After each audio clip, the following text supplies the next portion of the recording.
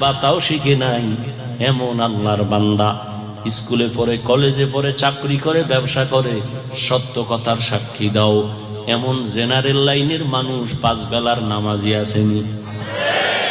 তুমি পারো না কেন? অবশ্যই তোমার কপালে অভিশাপ লাগছে, কারো বরদোয়া লাগছে, না হয় তুমি পারবা না কেন? তোমার মতো যুবক জীবনে মাদ্রাসায় পড়ে নাই, আলিফ বাতা পড়ে নাই, জেনারেল লাইনে থাইকা র্যাব, আর্মি, পুলিশ, বিডিআরে চাকরি করে 5 বেলার নামাজি আসেনি? তুমি কেন পারো না রে বাবা?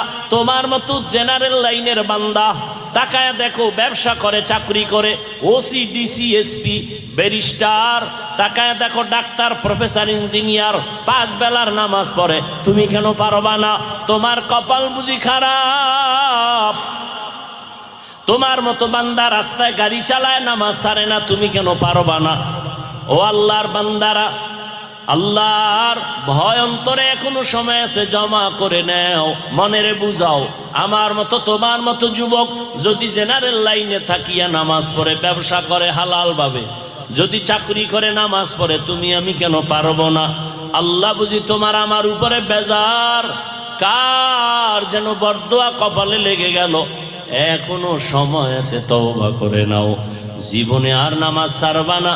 জীবনে তো কম নামাজ ছাড়লা না। মনে চাইছে দাড়ি কাটবা, কেটে ফেলেছো।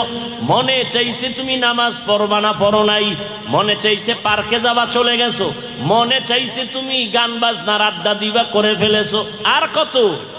এখনো কি শখ মিটে নাই? আর কত শখ? আর কতদিন তুমি পার্কে পার্কে ঘুরলে তোমার আশা পূরণ হবে, তারপরে তওবা করবা? আর কতদিন তুমি নামাজ বাদ দিলে তোমার আশা পূরণ হবে, তারপরে তওবা করবা? এবং এই কথাটাও বলো, তোমার হায়াতের আর বাকি কতদিন? আরো যদি বিনয় হয়ে চলো, আরো যদি নিজের ছোট বানায় চলো, অহংকারী ভাব ছেড়ে দাও। এখন তোমাকে বিধর্মী মানুষ মোহাব্বত করে, এমন একটা সময় আসবে ভিন্ন প্রাণী তোমাকে ভালোবাসবে, জঙ্গলের প্রাণী, নদীর মাছ। বুঝাবার জন্য একটা ঘটনা আমি শুনাই সংক্ষেপ। বলখের বাদশাহ ইব্রাহিম ইবনে আদহাম, এত বড় বাদশাহ, মখমলের চাদরে আরামে ঘুমায়, প্রহরী চতুর্পার্শ্বে। জ্ঞানী মানুষ ভাবার মধ্যে থাকে।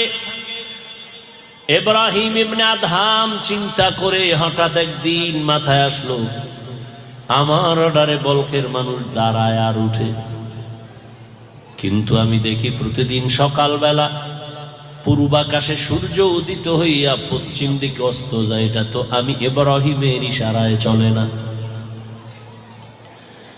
এই সূর্যটার পেছনে অবশ্যই তো ইশারা দেনেওয়ালা কেউ আছে। তাহলে আমার রাজত্ব থেকে তার রাজত্ব তো আরো বড়, তার ক্ষমতা আরো বড়।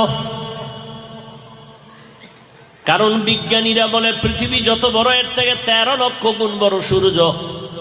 আমি ইব্রাহিমের ইশারায় মাত্র একটা রাষ্ট্রের মানুষ চলে, আর এই বিশাল সূর্যটা যার ইশারায় চলে তিনি আরো বড় পাওয়ারওয়ালা। তারে আমি এখনো চিনলাম না, তো আমি আসলে এখনো জ্ঞানী হতে পারলাম না। ভাবতে ভাবতে ভাবতে ভাবতে এক সময় রাজকীয় পোশাক ফালাইয়া এবার দুর্বল পোশাক পইরা ওই সূর্যের মালিকের তালাশ করার জন্য রাজপ্রাসাদ থেকে বের হয়ে গেছে। আমার এই রাজত্ব লাগবে না, আসল রাজারে আমার দরকার।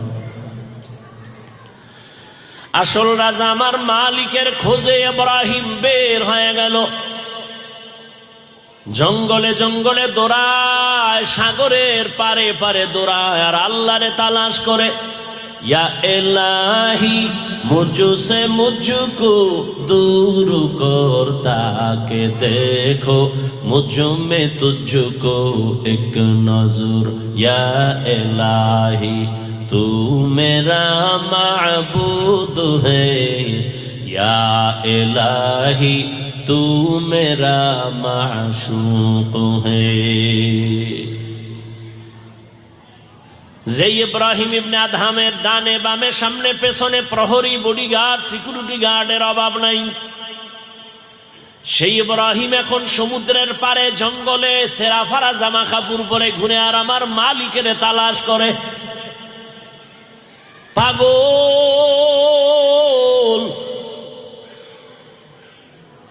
আর আল্লাহর মোহাব্বতের জিকির জবানে চালায়।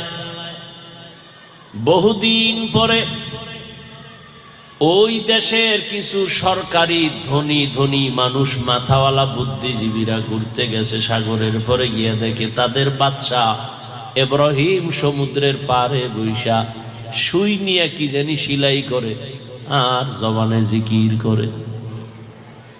বুদ্ধিজীবীরা কয়, এই বাদশাহ সব ছাইরা দিয়া কি পাইলা?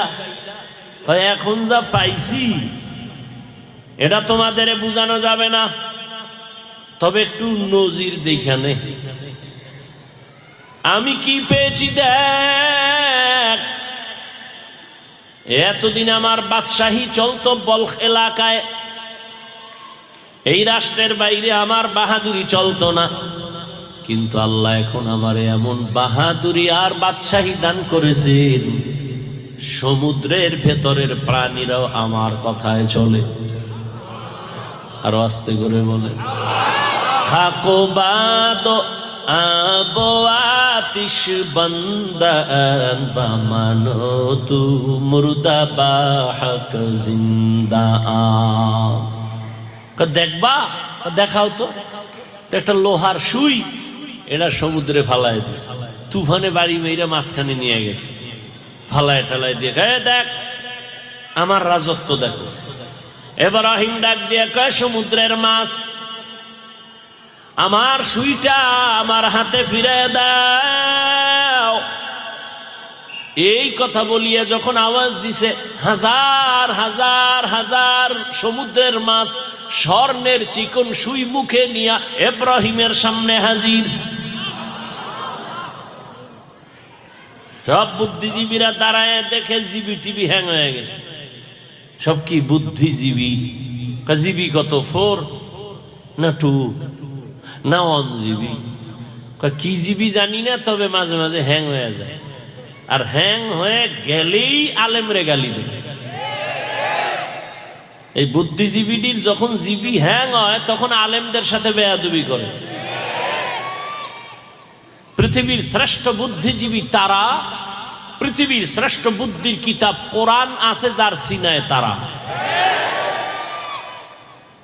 কোরআন এমন একটা কিতাব, পৃথিবীর আগের ইতিহাস কোন কিতাবে নাই কোরআন ছাড়া।